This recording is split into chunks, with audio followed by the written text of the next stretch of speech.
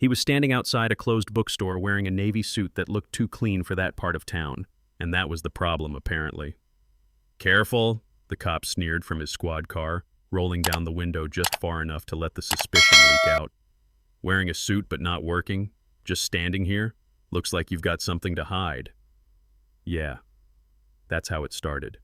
No crime, no call, just a black man, standing, breathing, and that was enough. The man didn't flinch.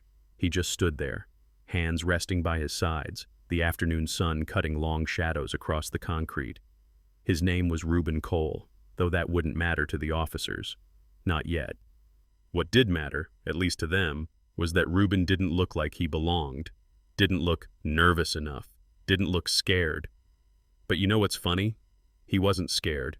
He was tired. He had a paperback tucked inside his coat, not to read, but to stop his hand from balling into a fist. Not that he would ever dare use it. The older officer stepped out of the car slowly, one foot dragging the gravel like he wanted Reuben to hear the weight of suspicion coming. The younger one stayed behind the wheel, chewing on uncertainty. Reuben turned his head slightly, just enough to see them both. "You mind telling me what you're doing here?" Reuben said nothing. Not because he didn't have an answer, but because he'd answered that question 1,000 times, in 1,000 different ways, and somehow it was never the right one. Let me back up a sec.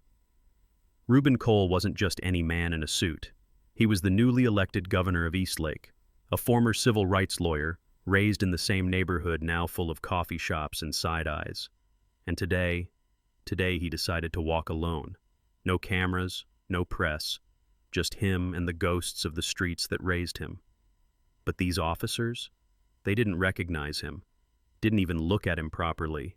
They saw skin before face, posture before person, and that's where it gets real, because a little boy across the street, no older than 7, tugged on his mom's sleeve and whispered, "Isn't that the man from the speech on TV?" The mom glanced up, eyes widening for a split second, and then silence. She looked away, didn't say a word.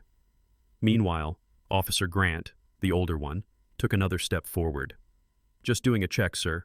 You understand, this part of town's had incidents." "Incidents like reading a book?" Reuben replied, voice even, dry as dust. The younger cop shifted awkwardly. You could tell. He wasn't ready for that tone. Not angry, not begging, just solid. But Grant didn't let up. "You got ID?" Reuben reached into his coat slowly, deliberately, the kind of movement every black man practices in the mirror, just in case. He pulled out a wallet, flipped it open, and held up a governor's badge. The silence that hit was so thick it felt like gravity changed. Grant blinked. The younger officer's face went pale. And then, oh man, the phones came out. People had been watching, filming, live streaming. Within minutes, the address, 409 Mason Street, was trending. Governor harassed by local cops hit the news feeds before the officers could even clear their throats. But the real blow didn't come from Reuben. It came when Chief Investigator Naomi Price pulled up, sirens off, walk slow, tablet in hand. She didn't smile, didn't scold. She just read their names out loud, like a courtroom roll call. "Officer Patrick Grant, Officer Miles Bennett, you are relieved of duty pending review." Then she turned to Reuben and said simply, "Sir." That was it. That's all. And yet, the damage had been done. The clip, less than 90 seconds long, sparked a fire that couldn't be put out with PR spin or uniform apologies. But the best part? That wasn't even the end.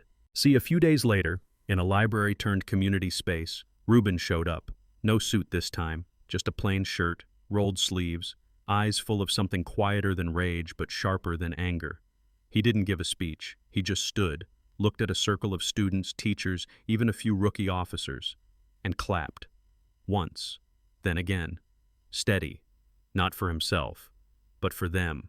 For every person who ever kept their head down just to make it home.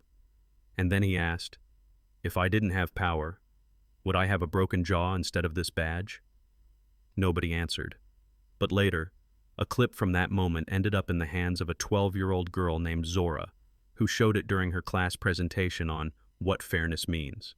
No politics, no shouting, just one question on the screen. Would you still respect him if he wasn't the governor?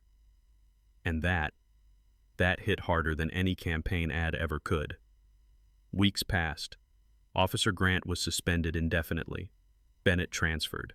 The police academy rewrote parts of their bias training manual, not because they wanted to, but because now they had no choice. And Reuben? He was offered a chance to run for president. He said no. "I don't want this turned into a brand," he said. "I want it to stay a truth." So what do we do with a story like that? We remember. Not just the man who stood, but the system that almost crushed him before realizing too late who he was. And we ask ourselves, how many others never got that chance? How many names don't go viral? How many more kids will look at a uniform and wonder if they're safe, or next? So now it's your turn. What would you have done if you saw Reuben standing there? Would you have spoken up? Would you have walked away? Or would you have started filming too late, after the damage was already done? Drop your thoughts below. Let's talk about what justice really looks like. Not when it's easy, but when it's uncomfortable, when it's quiet, and when it's overdue.